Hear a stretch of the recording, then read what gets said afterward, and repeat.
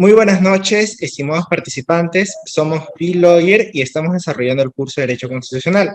En esta ocasión nos encontramos en la sesión número 8 a cargo de la doctora Mosi Marcela Mesa Figueroa, quien desarrollará el tema referido al proceso de amparo.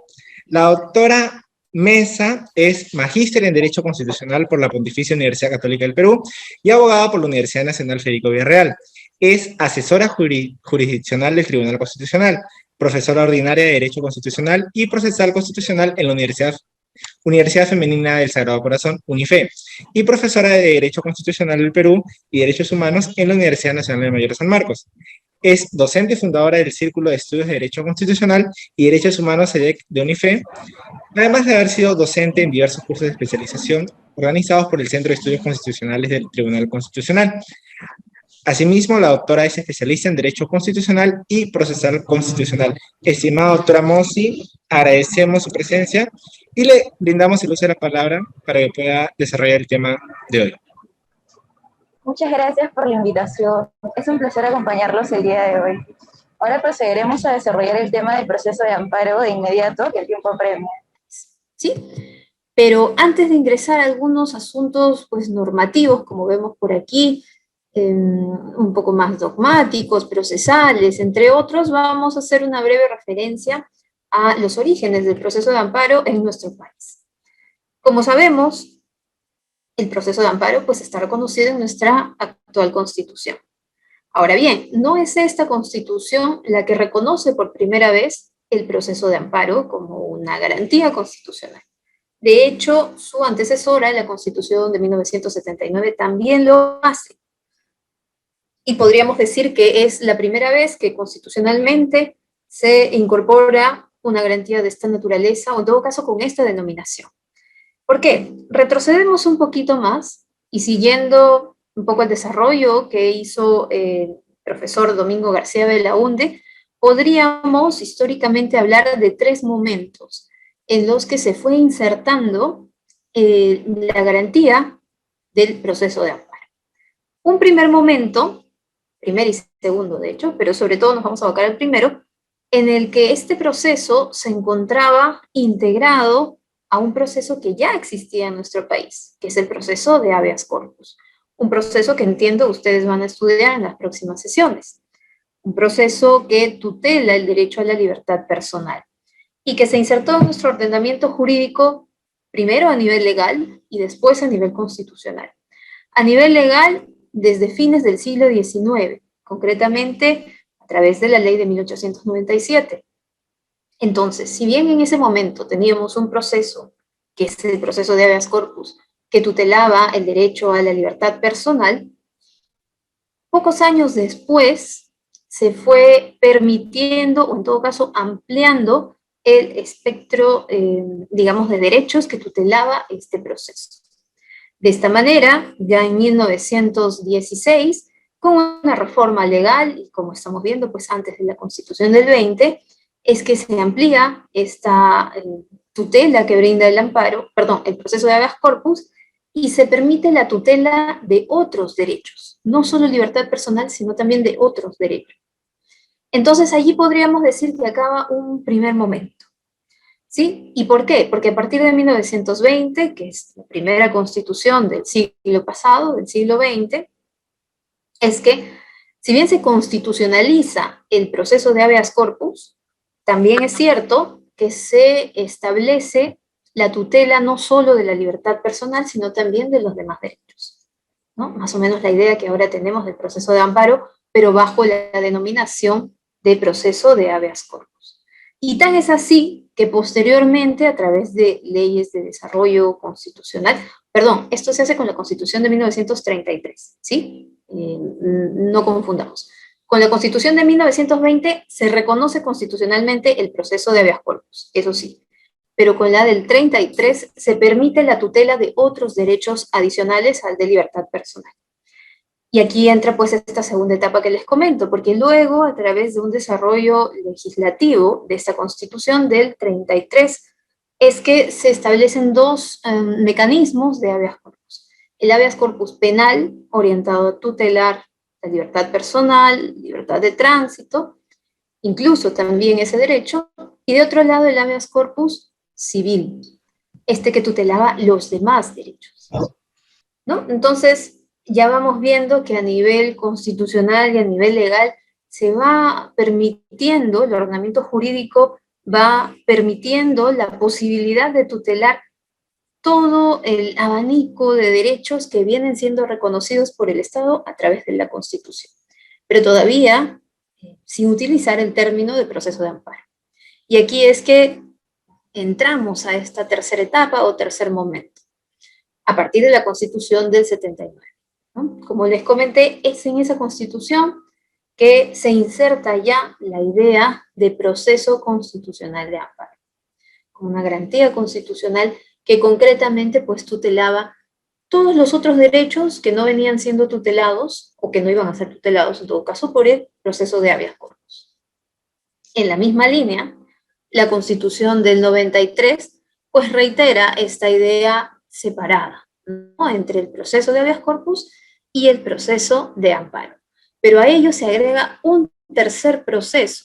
¿Cuál es este proceso también de tutela de derechos? El proceso de habeas data. ¿Sí? Entonces ya tenemos 3 procesos constitucionales con la Constitución vigente que tutelan derechos. Vamos a avanzar entonces un poquito. ¿Sí? Aquí está. Acá. Bueno, entonces les decía, el proceso de habeas corpus tutela libertad personal y derechos conexos. Ya lo van a ver con calma en las siguientes sesiones, seguro con el docente que esté a cargo de ello.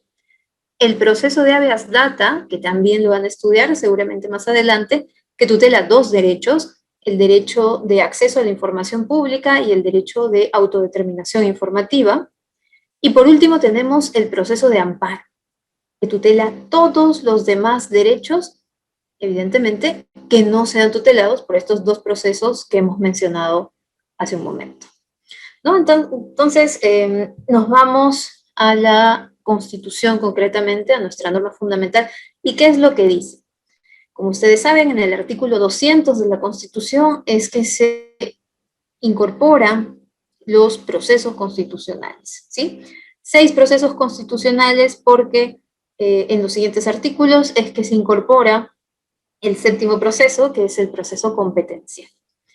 Bien, entonces el artículo 200, en el inciso 2, nos dice: la acción de amparo es una garantía constitucional, por supuesto, que procede contra el hecho u omisión por parte de cualquier autoridad, funcionario o persona que vulnera o amenaza los demás derechos reconocidos por la Constitución, con excepción de los señalados en el inciso siguiente.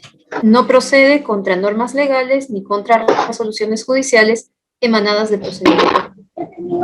Me parece que ahí hay un micrófono prendido. Por favor, les voy a agradecer que lo apaguemos. Muchas gracias. Bien, entonces, de este artículo 200, inciso 2, podemos extraer varios conceptos. El primero de ellos, que el proceso de amparo, que de hecho es el término que vamos a utilizar en lo sucesivo de esta ponencia, ¿sí?, que ha sido desarrollado sobre todo por el Código Procesal Constitucional, porque, recordemos, la acción o el derecho de acción se agota con la presentación de la demanda. En cambio, un proceso nos da una mirada mucho más amplia, desde la presentación de la demanda hasta la ejecución de la sentencia en caso de esta fuera estimatoria. ¿Sí? Entonces, el término, digamos, más preciso, más correcto, es proceso de amparo en lugar de acción de amparo. Si queremos hablar solamente de este primer acto de presentar la demanda, allí sí podemos hablar de acción de amparo. Sí, en todo caso, esta imprecisión terminológica de la Constitución ha sido pues subsanada por el Código Procesal Constitucional del 2004. Pues bien, entonces, ¿cuándo procede? ¿Cuál es el primer concepto que podemos extraer de este artículo 200, inciso 2? Que el amparo procede contra un hecho o contra una omisión, ¿no? Entonces, debemos pues identificar ambos presupuestos para la presentación de una demanda de amparo. Puede ser un acto concreto, un hecho concreto, o incluso la falta de este. Y claro, esta omisión puede generar una amenaza o una vulneración directa de derechos. Entonces, esa es la primera conclusión, digamos. ¿Sí? El primer concepto que podemos extraer. Hecho u omisión. Segundo, ¿quiénes eventualmente pueden vulnerar o pueden generar la presentación de una demanda de amparo? No solamente el Estado a través de las autoridades o funcionarios, sino incluso también los privados. Por eso que acá la Constitución establece que una persona puede generar un acto vulneratorio de derechos que implique la presentación de una demanda de amparo, ¿no? Y ello nos lleva pues a recordar dentro de la teoría general de derechos fundamentales la famosa eficacia de los derechos. Seguramente ustedes lo han tratado en su oportunidad, ¿no? La eficacia vertical de derechos, que hace referencia pues al deber de respetar los derechos por parte del Estado. Los Estados tienen este deber de respetar y de tutelar, además, eso es un tema que vamos a conversar en un momento, respetar y tutelar los derechos de las personas, y a ello se denomina eficacia vertical de derechos. Pero también existe una eficacia horizontal de derechos. Y esto pasa por el deber que tenemos todos los particulares, todas las personas, de respetar el derecho de los demás. En tal sentido, si tenemos este deber, si tenemos esta obligación, eventualmente se puede generar una circunstancia que implique que un privado vulnere el derecho de otro privado, ¿no? Entonces, la Constitución es bastante clara en identificar esa posibilidad y, por tanto, establecer que la vulneración puede provenir tanto del Estado, a través de alguna autoridad o funcionario, como de una persona o particular. Entonces, ese sería el segundo concepto que podemos extraer de este artículo 200, inciso 2. ¿Qué más? Que vulnera o amenaza derechos. Estos términos, en todo caso acá los verbos rectores, son sumamente importantes porque no solamente estamos hablando de vulneración efectiva, es decir, de un acto concreto que conlleva la transgresión del derecho de otro, sino que incluso también puede presentarse una demanda de amparo respecto de casos de amenazas de vulneración de derecho. Ahora bien, como ocurre en el derecho en general, cuando hablamos de amenazas, estas no pueden ser, pues, no pueden ser considerados como términos totalmente subjetivos o llenos de un ámbito de discrecionalidad que va a depender de quién conceptualiza el término. Sino que cuando hablamos de amenaza debemos cumplir con dos requisitos: que la amenaza sea cierta y que la amenaza sea inminente. ¿Sí? Debe haber un grado de certeza respecto del supuesto hecho, el eventual hecho que vaya a ocurrir. ¿Sí? No es una cuestión, pues, digamos, imaginaria o supuesta o eventual, sino debe haber una certeza de que eso va a ocurrir. Y no solamente exigimos la certeza, sino también la inminencia, es decir, que su ejecución tenga, pues, un parámetro temporal bastante cercano, ¿no? Porque si hablamos de la ejecución de una amenaza de aquí a 15 años, 20, 30 años, pues ¿dónde quedaría la esencia y la naturaleza de todos los procesos constitucionales, que es el de brindar una tutela inmediata, pronta, urgente, atendiendo también pues a esta idea de proceso sumarísimo, ¿no? Entonces la amenaza tiene que ser cierta e inminente.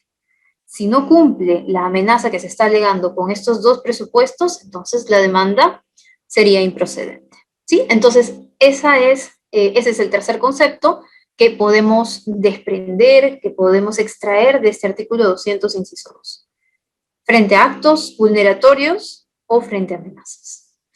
Y además, tenemos los derechos, pues, que se tutelan, ¿no? Aquí ustedes verán el término los demás derechos reconocidos por la Constitución. ¿Y por qué hablamos de los demás? Se entiende porque antes hubo alguna afirmación o precisión de determinados derechos.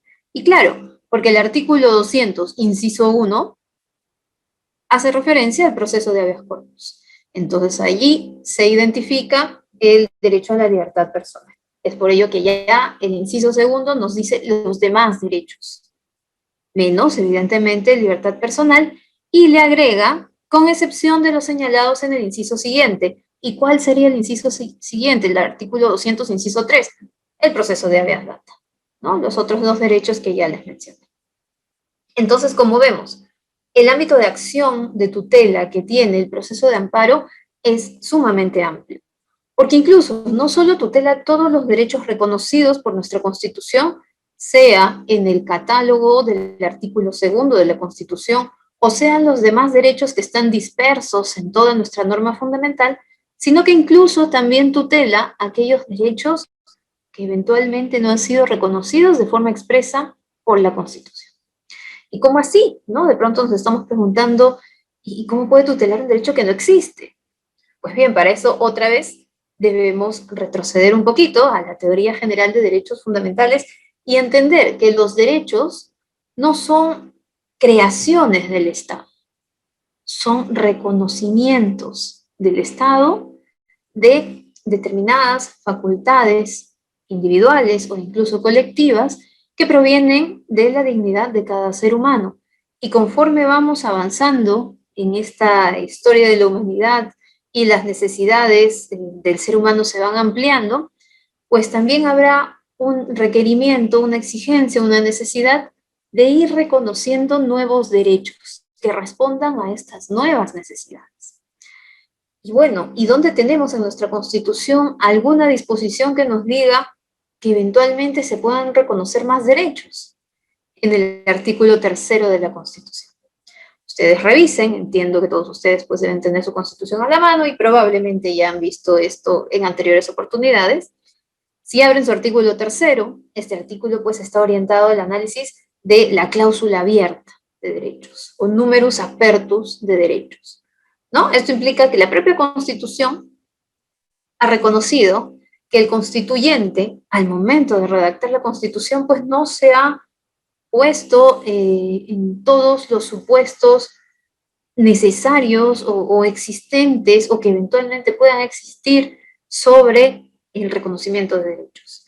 Y de esa manera reconoció los que creyó pertinentes, le puso distintas denominaciones, ¿no? Porque en el artículo 2 hablamos de derechos fundamentales, más adelante están los derechos económicos sociales, entre otros, pero ojo que ello no significa que exista una jerarquía de derechos, ni mucho menos. Todos son derechos fundamentales y todos son tutelados por los procesos constitucionales, particularmente por el amparo.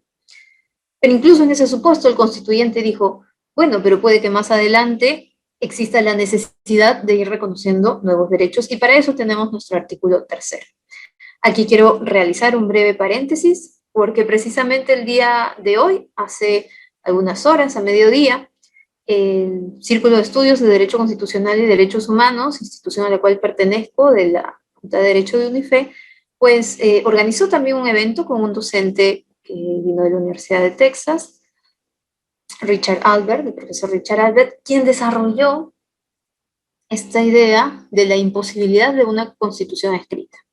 Y más allá del tema de fondo, que sería muy importante, si ustedes quieren, pues, complementar sus estudios de Derecho Constitucional, que puedan escucharlo, revisarlo, lo traigo a colación porque en buena parte de su exposición él hizo referencia a este divorcio que existe entre aquellos estados que tienen constituciones repletas de derechos versus, y en todo caso, su correlato con la ubicación que tienen en el índice de democracia respecto de aquellos otros estados que tienen más bien constituciones, digamos, dogmáticas, ¿no? No orgánicas, sino dogmáticas, es decir, esta parte de la Constitución que reconoce derechos, de pronto mucho más limitada, mucho más minimalista, si queremos llamarlo, pero que tienen una ubicación sumamente por encima de los demás países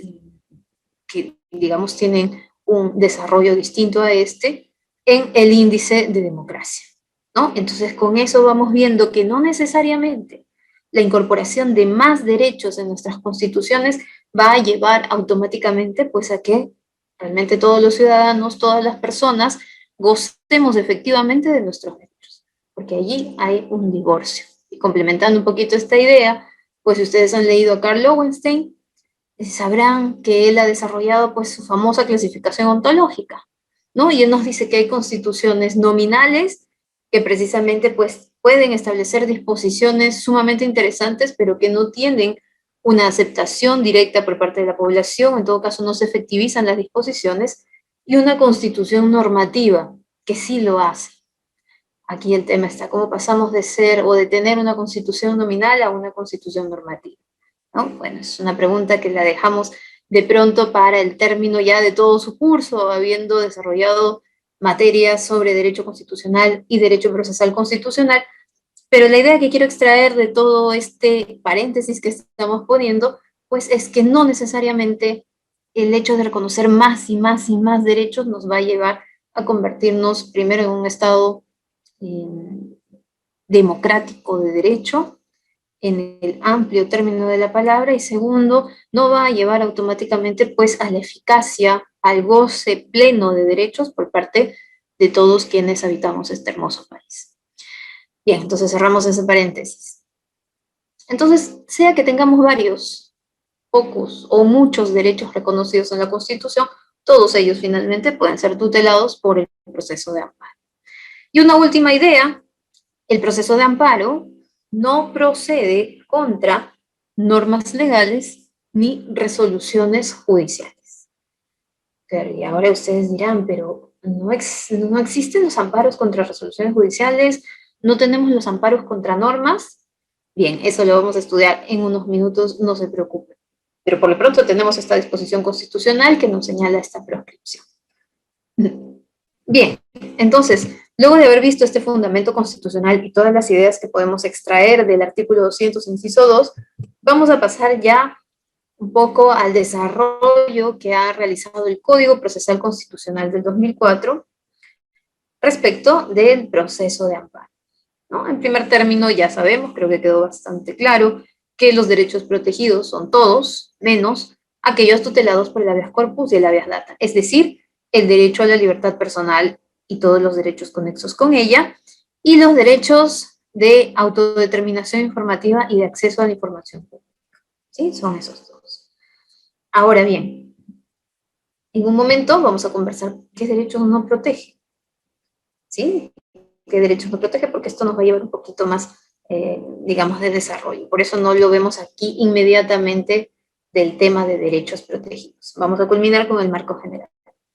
Bien, ¿qué más nos dice la regulación del Código Procesal Constitucional sobre el amparo? ¿Quiénes están legitimados para presentar una demanda de amparo? Pues directamente la persona afectada en su derecho fundamental. A diferencia, por ejemplo, del proceso de habeas corpus, que van a ver ustedes más adelante, del que la legitimidad para obrar activa la tiene cualquier persona en nombre del afectado, o en favor del afectado o beneficiado, como también se denomina. Esa figura no opera en el proceso de amparo, porque aquí tiene que ser directamente el afectado. Por supuesto que existe la figura de la representación procesal, pero ello implica pues que el afectado haya emitido su voluntad autorizando a que el abogado correspondiente pues actúe en su nombre o de pronto un tercero lo haga, ¿no? Pero siempre tiene que ser por iniciativa del afectado. Ahora bien, también es importante mencionar que el propio código establece otra figura interesante para tratar los procesos de amparo, que es la figura de la procuración oficiosa. Esto significa que si el afectado se encuentra imposibilitado por cualquier circunstancia a presentar una demanda de amparo, entonces un tercero podrá hacerlo en su nombre, siempre que luego de haberse superado esta situación que generó la imposibilidad de presentar la demanda, si luego de ello el propio afectado ratifica todos los actos procesales que ha llevado a cabo este procurador oficioso. Ahora, ¿hasta qué momento de todo este largo proceso tiene el afectado la posibilidad de ratificar todo lo que dijo su procurador oficioso? Pues bien, ese desarrollo no está en el Código Procesal Constitucional. Sin embargo, el Tribunal Constitucional de alguna manera lo ha desarrollado en su jurisprudencia, y si bien no a través de un precedente, por lo menos ya es una línea jurisprudencial seguida, continua, que establece la famosa doctrina jurisprudencial, ¿no? Se establece ya una doctrina jurisprudencial con sentencias reiterativas en ese sentido, que establecen lo siguiente, ¿no? Que el afectado, en todo caso, tendría hasta la presentación del recurso de agravio constitucional para poder ratificar y convalidar todo lo que hizo su procurador oficioso.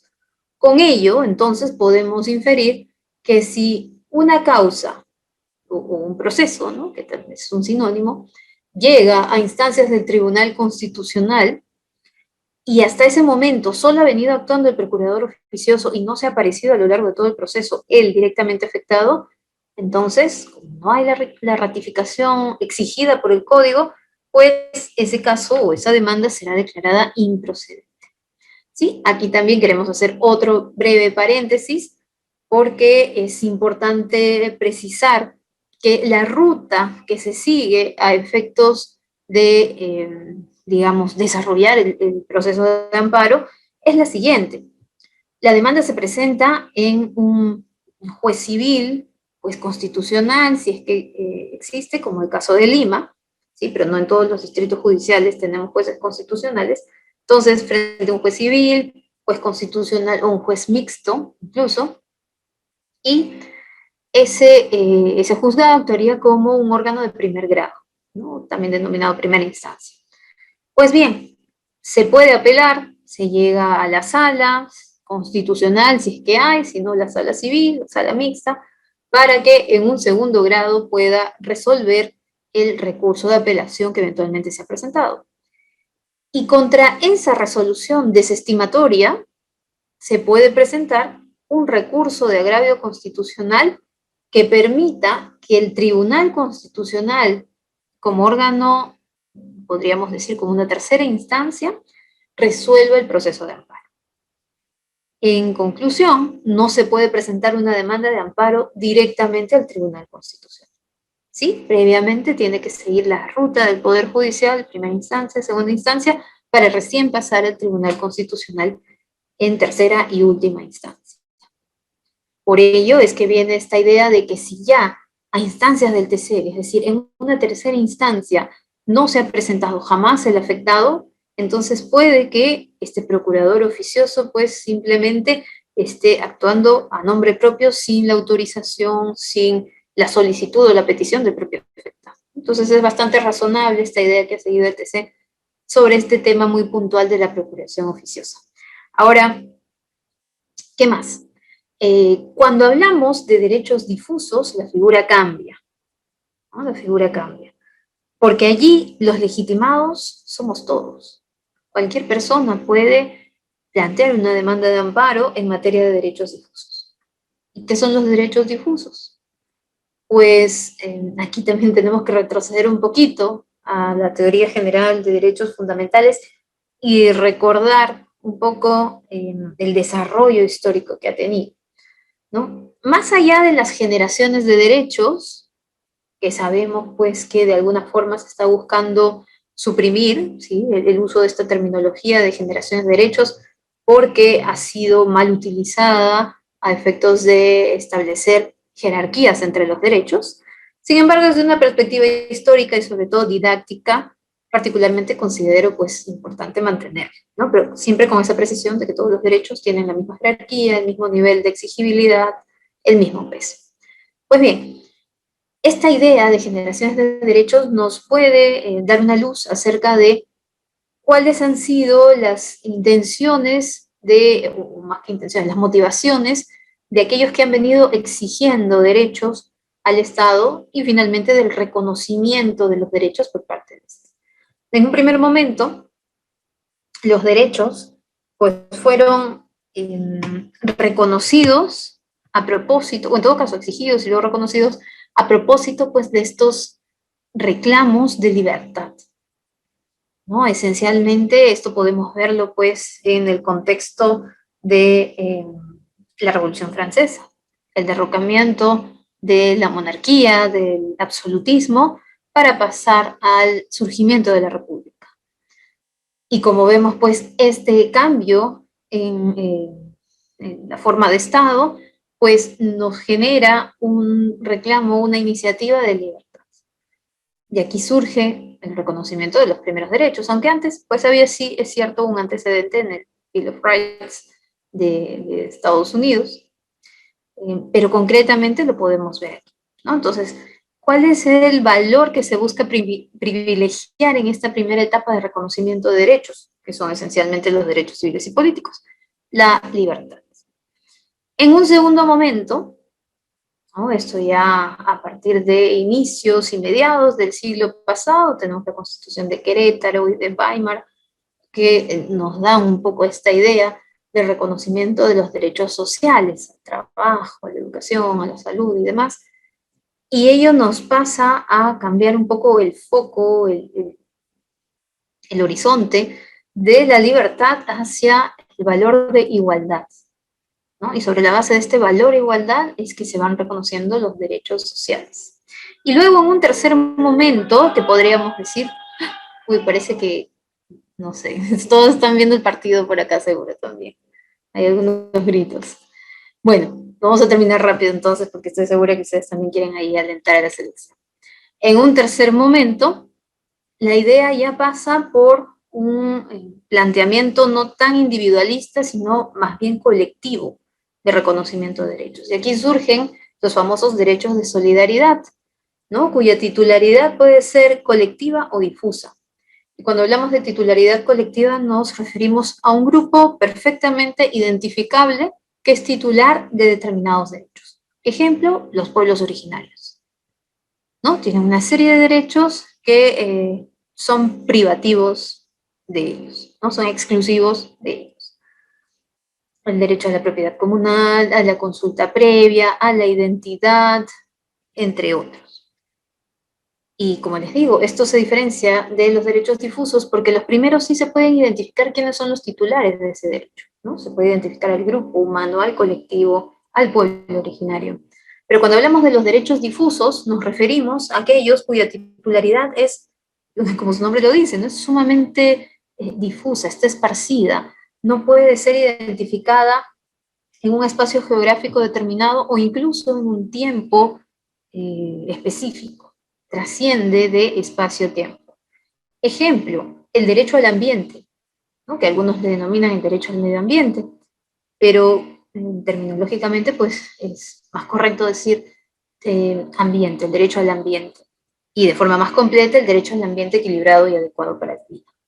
Entonces, ¿quiénes son titulares de ese derecho? Somos todos los que habitamos este planeta, porque una afectación al ambiente nos puede generar efectos nocivos a todos, a todas las personas, indistintamente de nuestra ubicación geográfica, condición social, sexo, raza, religión, lo que fuere. E incluso no solamente se concentra en este momento, sino que también trasciende para las futuras generaciones, ¿no? Entonces, creo que con ello, con este ejemplo ya quedó bastante claro que en materia de derechos difusos, pues todos somos titulares del mismo. Y la afectación a un derecho difuso puede generar, pues, o en todo caso, la afectación al ambiente puede generar una afectación a los derechos de todos nosotros. Y es por ello que se permite o se legitima a cualquier persona a presentar una demanda de amparo en materia de derechos difusos, y eso no contradice esta premisa que mencionamos hace un momento de que solo el afectado puede presentar una demanda, porque, vamos, si se afecta a un derecho difuso, todos somos los afectados. Continuamos. Ahora, las formalidades de la demanda, que ya son temas, pues, digamos, más prácticos, ¿sí? Que no los vamos a abordar íntegramente en esta sesión, porque vamos a ver otros temas, están desarrollados en el artículo 42 del Código Procesal Constitucional, ¿no? Esencialmente, pues, los datos del demandante, el demandado, la pretensión concreta. Ojo, ese es un tema muy importante, ¿sí? Quería pasarlo por alto, pero en realidad sí es sumamente importante porque se advierte que hay algunas causas, algunos casos, algunos expedientes, que son declarados improcedentes porque el petitorio no es preciso, ¿no? Hay fundamentos de hecho, hay fundamentos de derecho que explican, pues, determinada situación, eventualmente agraviante de derecho. Sin embargo, no se incorpora, y esto pues por negligencia, por impericia, o qué sé yo, ¿no? Ya cada uno puede identificar cuál puede ser el motivo. Pero en todo caso, no se precisa cuál es la pretensión, qué es lo que estoy solicitando, qué es lo que le estoy pidiendo al juez constitucional a través de este proceso de amparo. Si bien el proceso de amparo nos permite retrotraer las cosas al estado anterior a la vulneración del derecho, ¿sí? Esa es la idea clásica del proceso de amparo, pues conforme se van viendo casos y casos, podemos identificar que incluso el proceso de amparo ha servido para ir reconociendo determinadas situaciones que no existían antes. Pensemos, por ejemplo, en los famosos amparos previsionales. ¿Sí? Se solicita el otorgamiento de una pensión de jubilación a través de un proceso de amparo, que de hecho es la materia, digamos, con mayor densidad de expedientes en la jurisdicción constitucional, esencialmente a través del amparo, ¿no? Los mayores amparos son en materia de pensión.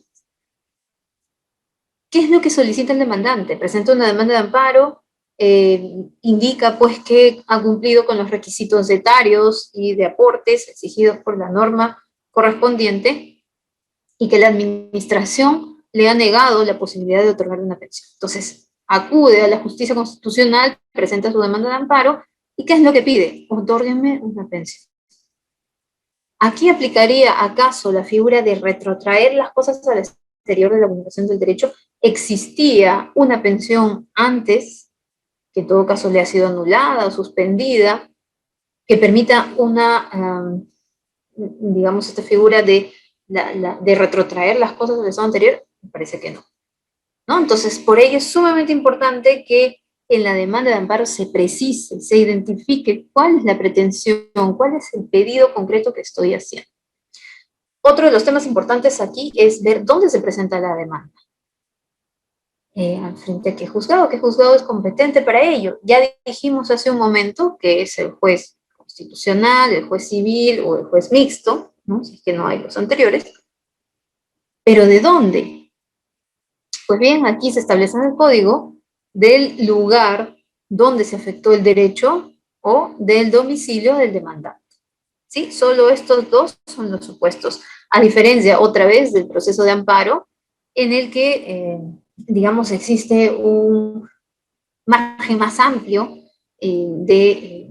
digamos, en este aspecto concreto de presentación de la demanda, ¿no? De la competencia del juez para resolver un habeas corpus, porque se puede presentar en cualquier lugar del país, por cualquier persona, ¿sí? Incluso, y esto es un tema que ahora lo vamos a ver, en el caso del proceso de habeas corpus no hay plazo de prescripción. En el proceso de amparo sí, son 60 días hábiles de producida la afectación. Aquí también tenemos que hacer otra precisión porque, dos precisiones de hecho. La primera, se establece un plazo de 60 días de producida la afectación. Sin embargo, existe la posibilidad de que la afectación sea continuada, ¿no? Es decir, que no se haya generado a propósito de un acto concreto, sino que son una suma de actos que van generando una situación casi indefinida. Entonces, allí, ¿cómo aplicaríamos el plazo? Pues este plazo empezaría a contarse a partir del momento en el que culmine esta afectación continua. O incluso, si no culmina, finalmente no se aplicaría ningún plazo. Esto ocurre otra vez en los casos de amparos previsionales, ¿no? Cuando se deniega la pensión a un afiliado, por ejemplo, al Sistema Nacional de Pensiones, a pesar de que ha cumplido con los años de edad y aportes exigidos por el Decreto Ley 19990, no es que solamente a través de la resolución o en la fecha de emisión de la resolución que le deniega la pensión se ha producido la afectación, sino es a partir de ese momento en lo sucesivo, porque no está gozando de pensión día tras día, tras día, tras día, ¿no? Es por ello que no se aplica ningún plazo de prescripción en materia pensional, porque se entiende que hay una afectación continua.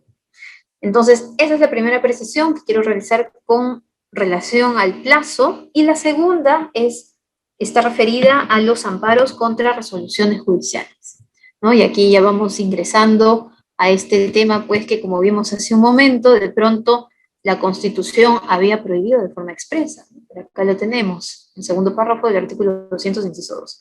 Ya vamos viendo que sí, legalmente, digamos, y jurisprudencialmente sobre todo, se ha permitido evaluar en la vía constitucional las resoluciones judiciales.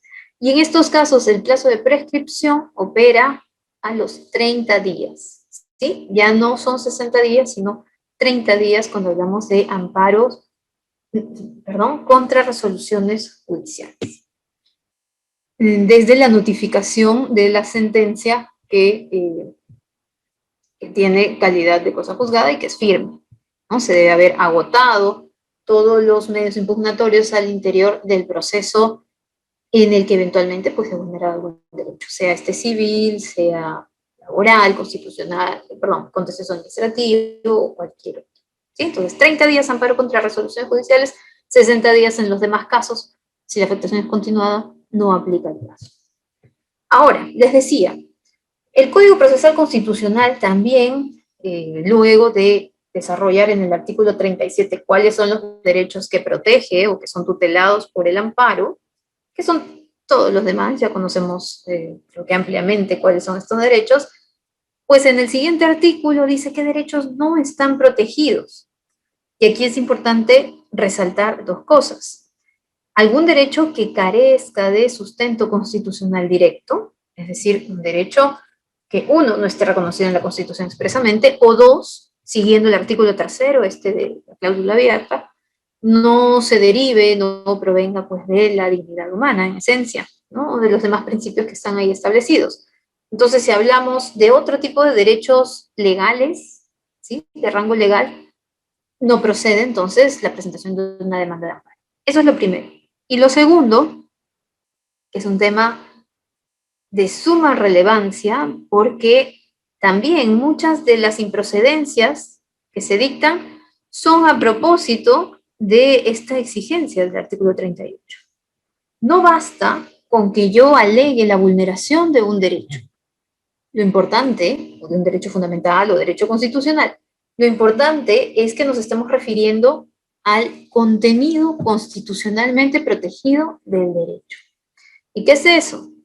Pues entiendo que ya en la parte de teoría general, de derecho constitucional, derechos fundamentales, de pronto lo han desarrollado, espero que así sea. En todo caso, aquí hacemos un breve resumen. Los derechos, bueno, hay una serie de teorías también para entender cuáles son los contenidos de los derechos. Teoría esencial, la teoría relativa y otros. Pues bien, vamos a orientarnos en aquella que dice que los derechos tienen una serie de manifestaciones o contenidos. ¿Sí? Si hablamos del contenido esencial, la figura del contenido esencial, ello nos permite establecer cuál es el límite que tiene el legislador al momento de regular un derecho, hasta dónde puede llegar, ¿no? Si hablamos del derecho a la pensión, ya que hemos puesto de ejemplo desde el comienzo, ¿hasta dónde puede llegar el legislador al momento de regular los regímenes pensionarios, por ejemplo? ¿No? Este año, por ejemplo, tuvimos una sentencia que declaró inconstitucional la ley de devolución de aportes de la ONP. Ahí hay una serie de materias importantes, ¿no? En materia pensionaria. Pues bien, pero así como existe la figura del contenido esencial de los derechos fundamentales sobre la base de esta teoría absoluta, tenemos también ya desde una perspectiva no tanto del legislador hasta dónde puede llegar al momento de regular el derecho, sino más bien del justiciable que considera frente a un acto vulneratorio del derecho que puede acudir al juez constitucional para su tutela. Para ello tenemos la figura del contenido constitucionalmente protegido, es decir, qué casos pueden ser en materia pensionaria, ya que estamos con ese tema, en materia pensionaria, qué casos pueden ser resueltos en la vía constitucional del amparo, y en todo caso, qué otros pueden ser resueltos a través del proceso contencioso administrativo. Antes de responder esa pregunta, quiero resaltar algo que me parece no mencionado antes, pero que es sumamente importante, que con la aprobación del Código Procesal Constitucional y la regulación concreta del proceso de amparo, pues este ha adquirido el carácter de ser residual, que antes no lo era. ¿Y qué significa que un proceso sea residual, que el amparo sea residual? En la medida que no exista otro proceso ordinario, ¿sí? Contencioso, laboral, el que fuere, que tutele igualmente este derecho, es que recién será viable el proceso constitucional de amparo. A contrario sensu, si identificamos otra vía que pueda tutelar de la misma forma, ¿sí? Otra vía igualmente satisfactoria, este derecho, entonces debo acudir a esa vía. Si no, se aplica el artículo 5, inciso 2, del Código Procesal Constitucional, que hace referencia a las causales de improcedencia de la demanda. Una de ellas es la existencia de una vía igualmente satisfactoria, ¿no? Entonces, para ello es importante identificar cuál es el contenido constitucional de un derecho. Y ya que hablábamos del derecho a la pensión, el Tribunal Constitucional, que es el encargado de llenar de contenido cada derecho, de interpretar cada derecho, finalmente de establecer cuáles son sus contenidos a través de su jurisprudencia, dijo, por ejemplo, a través del presidente Anicama Hernández, un precedente sumamente interesante que los invito a leer, sobre todo porque desarrolla mucho la parte referida a teoría general de derechos fundamentales, a derechos sociales, y luego va llegando al derecho a la pensión, ¿no? Entonces aquí dice, el derecho a la pensión está reconocido en el artículo 10, Seguridad Social, y 11 de la Constitución, derecho a la pensión. Bueno, las posibilidades de afectación del derecho a la pensión son múltiples. Sin embargo, no en todos esos casos la vía de amparo va a ser la adecuada para tutelar este derecho, porque tenemos también la vía del contencioso administrativo que lo puede hacer. En todo caso, hay que identificar cuáles son los supuestos en los que sí se habilitaría, se abrirían las puertas de la vía constitucional para que se pueda, pues, tutelar vía un amparo. Entonces, aquí se dijo cuáles son. Si es que no se permite o se está vulnerando el libre acceso a un sistema pensionario. Si a alguien que inicia su vida laboral no se le permite inscribirse en un sistema pensionario, sea público o privado, ese sería uno de los contenidos que pueden ser exigidos a través de un amparo. El segundo, si es que no se le otorga una pensión a pesar de haber cumplido con los requisitos para ello. Tercero, si es que ya tenía una pensión, pero esta le es arrebatada, le es quitada, es declarada nula la resolución que le otorga de forma arbitraria. Cuarto, si es que no se respeta el mínimo vital, así como existe una remuneración mínima vital, en el caso pensionario también la hay, que actualmente es de 500 soles, al momento de dación de ese precedente era 415 soles. Entonces, si estamos hablando de alguien que percibe una pensión inferior, ¿no? Digamos 200, 215, y considera que hay un problema de cálculo de su pensión, la vía constitucional es la adecuada. Pero ¿qué pasa si tenemos a alguien que percibe una pensión, no sé, de 1.500 soles? Pensemos en el régimen del decreto ley 2530, que es un régimen, pues, si bien ya cerrado, pero todavía hay afiliados, en todo caso hay pensionistas de ese régimen, cuyas pensiones son sumamente mayores a las del régimen del decreto ley 1990, ¿no? Entonces, eventualmente allí puede haber errores de cálculo en la pensión, pero si se trata de una pensión superior al mínimo vital, entonces ya no es tan urgente como para poder resolverlo a través del proceso de amparo, constitucional de amparo, sino puede acudir a la vía del contencioso administrativo, ¿sí? Entonces, como vemos, esta figura del contenido constitucionalmente protegido es fundamental cuando hablamos del proceso de amparo, porque ello nos va a permitir dilucidar si es que ese caso será resuelto en la vía constitucional o si más bien será resuelto en la vía ordinaria. Puede generar ello una serie de improcedencias como efectivamente las hay. Ustedes seguramente conocerán esta figura de la sentencia interlocutoria denegatoria, ¿sí? Aprobada por el actual Pleno del Tribunal Constitucional, que estableció una forma, un mecanismo que materializa, digamos, el principio de economía procesal, sumamente cuestionado, es verdad, pero en balance también positivo a efectos de tutelar adecuadamente aquellos casos que realmente merecen una tutela rápida y urgente.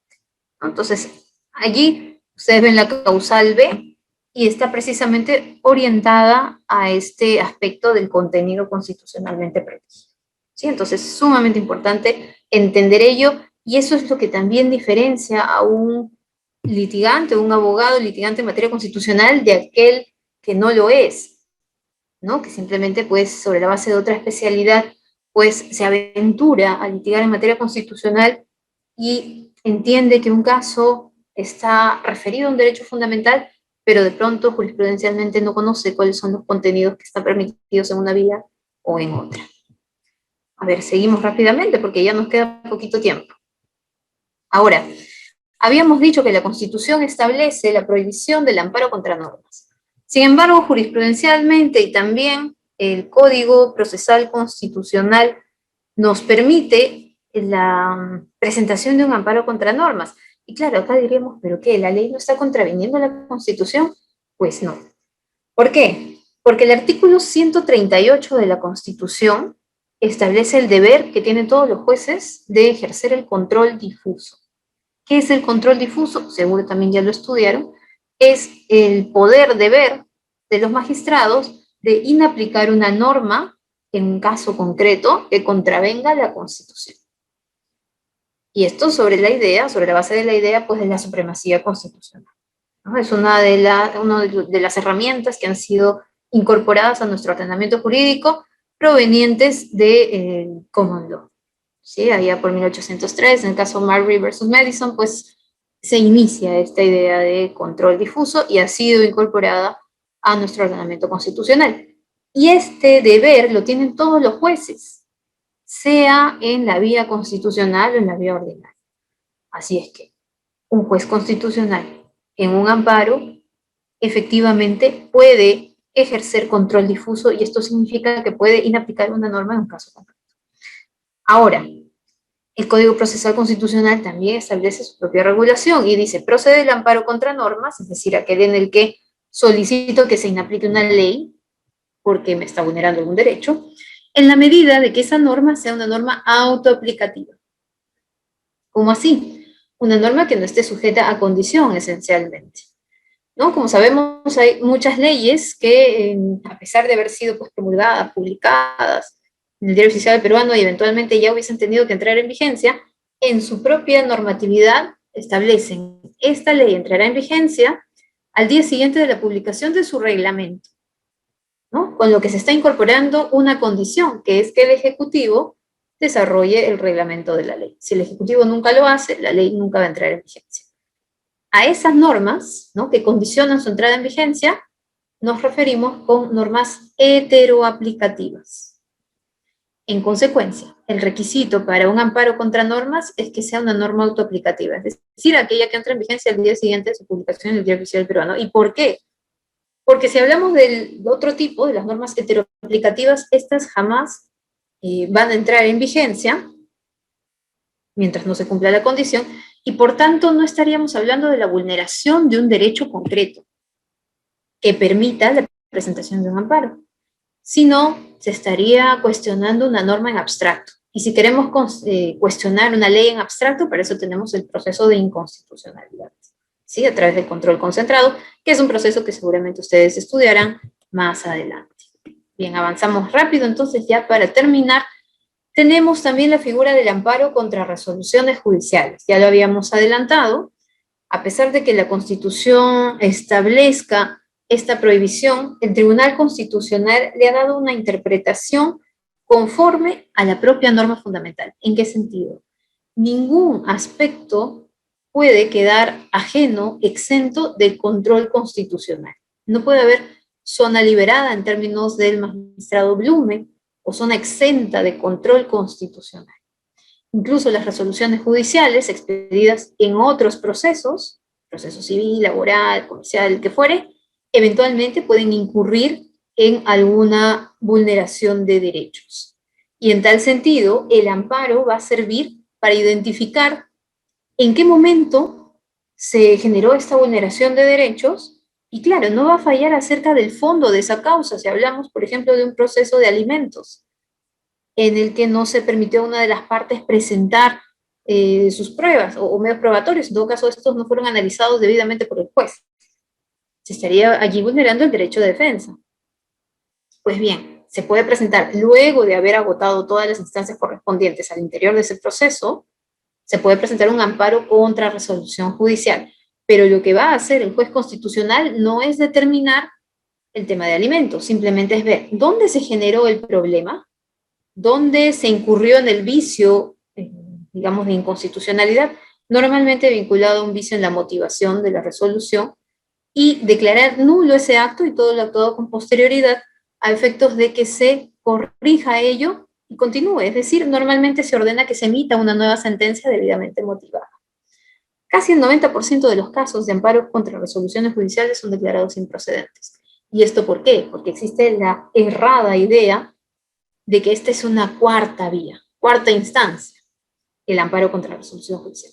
Bueno, no gané el proceso laboral, agoté todas las instancias, incluso me fui hasta la Corte Suprema, una casación.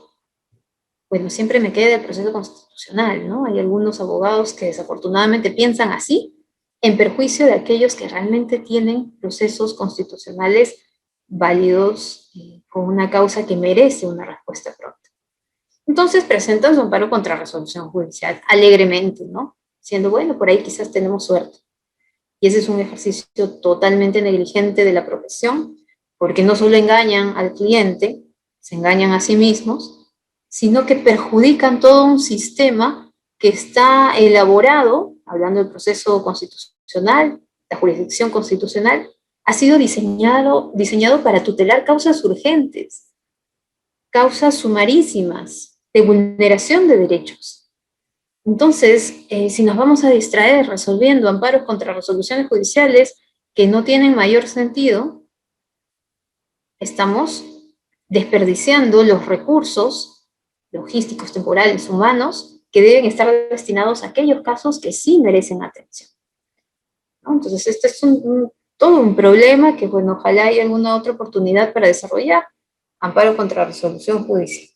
Pero bueno, al momento de evaluar un amparo contra resolución judicial, el Tribunal Constitucional ha señalado que hay 3 tipos de exámenes que realiza: el de razonabilidad, coherencia y suficiencia, que, para resumirlo, está destinado a evaluar primero hasta dónde, o en todo caso, hasta dónde puede llegar su análisis del proceso ordinario que está analizando, ¿no? O evaluando, perdón, o que está sometido a su control. Es relevante analizar todo el proceso, evaluar todo el proceso. El derecho que se está alegando, por ejemplo, el derecho de defensa que mencioné hace un momento, realmente incide en la decisión que se ha tomado allí. Porque ¿qué pasa si yo alego que me vulneraron el derecho de defensa, pero luego me dieron la razón? No tendría ningún sentido presentar un amparo contra resolución judicial contra esa sentencia, porque finalmente me han dado la razón. No tiene ningún sentido, es incoherente.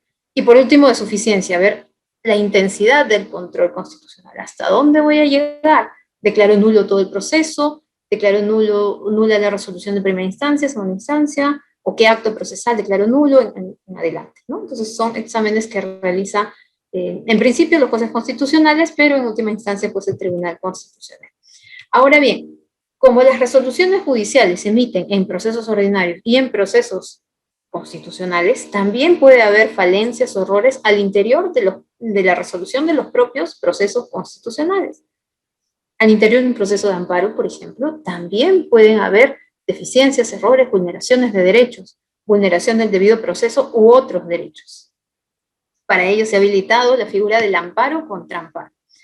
Antes de entrar rápidamente, vemos esto, en qué supuesto se presenta el amparo contra amparo.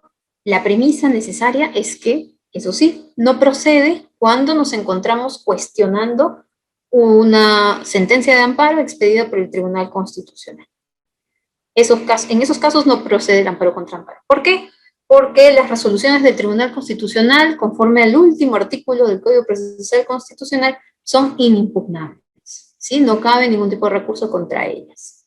Entonces, cuando hablamos de amparo contra amparo, nos referimos a los amparos que han sido resueltos exclusivamente por el Poder Judicial, no han llegado hasta el Tribunal Constitucional. Ahora, si es que la sentencia expedida en segunda instancia, normalmente segunda, o puede ser en primera que quede firme, por el Poder Judicial ha sido estimatoria, es decir, le han dado la razón al demandante, procedería el amparo contra amparo solo en 2 supuestos. Uno, si es que ha habido una afectación directa de algún derecho fundamental. Y claro, aquí podría presentarlo y normalmente lo presenta la parte perdedora, ¿no? El demandado, que ha perdido. Entonces considera que al interior de ese proceso se ha vulnerado el debido proceso o cualquier otro derecho. Entonces puede presentar un amparo contra amparo. O si es que esa sentencia va en contra de la doctrina jurisprudencial del Tribunal Constitucional. También el demandado perdedor puede presentar su amparo contra amparo. Pero ¿qué pasa si la sentencia ha sido desestimatoria? Es decir, no le han dado la razón al demandante. En principio, allí, claro, el demandante tendría la posibilidad de presentar su recurso de agravio constitucional para que llegue al Tribunal Constitucional. Pero si por causas ajenas, como vemos en este segundo capítulo, por causas ajenas a su voluntad, no lo interpuso, no lo presentó, está habilitado para presentar un amparo contra amparo. Pero incluso un tercero ajeno al proceso, pero, digamos, legitimado, respecto del cual se ha vulnerado algún derecho como consecuencia de esta decisión desestimatoria, podría también presentar un amparo contra amparo. ¿Sí? Ahora, del mismo modo, la Constitución establece que las resoluciones del entonces Consejo Nacional de la Magistratura, ahora Junta Nacional de Justicia, del artículo 142, no pueden ser revisables en sede judicial, ¿no? Con lo que también pues adquieren una suerte de cosa juzgada, son inimpugnables y demás. Pero bajo la misma lógica que estableció para analizar el amparo contra normas, aquí señaló pues no puede haber zona liberada de control. Y por tanto, si podemos analizar las resoluciones del Poder Judicial en cualquier materia, también podemos revisar las resoluciones de la Junta Nacional de Justicia. ¿Por qué? Interpretó que el artículo 142 es válido porque tiene como presupuesto que las funciones que le han sido asignadas o conferidas a este organismo, CNM antes, ahora JNJ, han sido ejercidas dentro de los límites de la Constitución. A contrario censo, si no se ha ejercido adecuadamente estas funciones, entonces sus resoluciones no tienen validez constitucional, porque contravienen valores, principios o derechos fundamentales y por tanto pueden ser controladas a través de la vía del amparo. Allí nace la figura del amparo contra resoluciones del CNM, actual JNJ. De esta manera, pues, hemos querido desarrollar toda esta figura. Este proceso de amparo es un proceso sumamente amplio, nos puede llevar pues mucho más tiempo a hablar sobre el particular, pero ya el tiempo digamos, creo que lo hemos excedido en demasía, y pues también tenemos algún compromiso deportivo allí para apoyar a nuestro país. Igualmente quedo a su disposición para cualquier pregunta que tengan a bien desarrollar. Muchas gracias.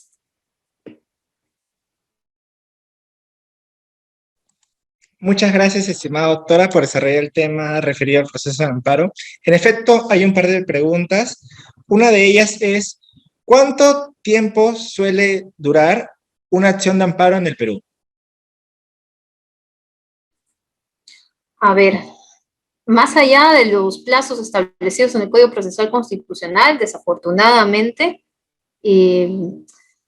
un proceso puede demorar 2 o 3 años en llegar al Tribunal Constitucional, e incluso al interior del Tribunal Constitucional puede demorar casi el mismo tiempo, 3 años, desafortunadamente, sobre la base pues, de esta excesiva carga que hay, como les digo, que ha sido generada como consecuencia de un accionar pues, malintencionado, negligente de muchos colegas. Esto genera una carga tal que la resolución de los casos demora bastante tiempo, desafortunadamente, ¿no? Entonces, desde que se presenta la demanda hasta que eventualmente llega al Tribunal Constitucional en última instancia, pueden transcurrir fácilmente hasta 5 años. Muchas gracias, estimada doctora. La siguiente pregunta por parte de Víctor Hidalgo nos comenta. Derechos difusos, entonces, es cuando no se puede identificar al sujeto o sujetos receptores de la lesión. El derecho difuso puede ubicarse, entonces, dentro de los derechos de titularidad colectiva. No, justamente hice esa precisión, que cuando hablamos de derechos colectivos es cuando el titular es un grupo fácilmente identificable, ejemplo, los pueblos originarios. Pero cuando hablamos de derechos difusos, los titulares son difusos, ¿no? No es un grupo identificable, somos todos, y puse el ejemplo del derecho al ambiente.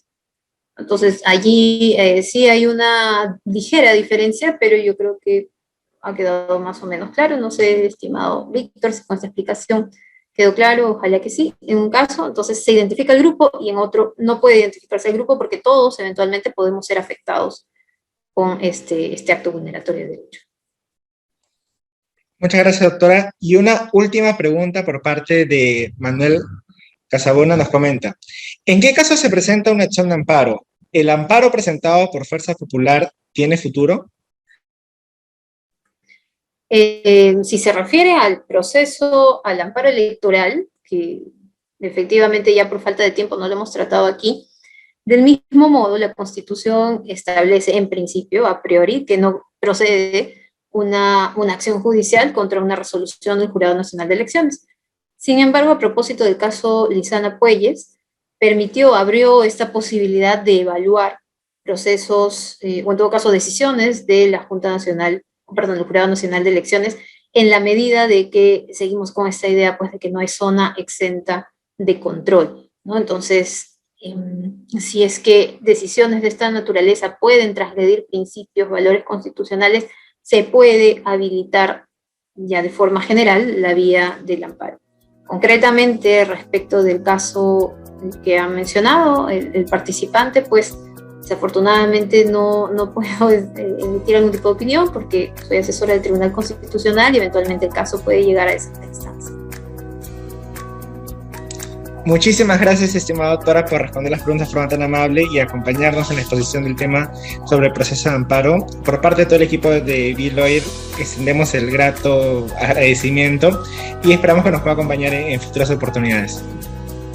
De todas maneras, muchísimas gracias. Espero verlos en otra ocasión, pues, y arriba Perú. Muchas gracias, estimada doctora. Estimados participantes, esto ha sido todo por hoy. Nos estamos viendo en una siguiente sesión. Muy buenas noches, estimada doctora. Buenas noches. Hasta luego.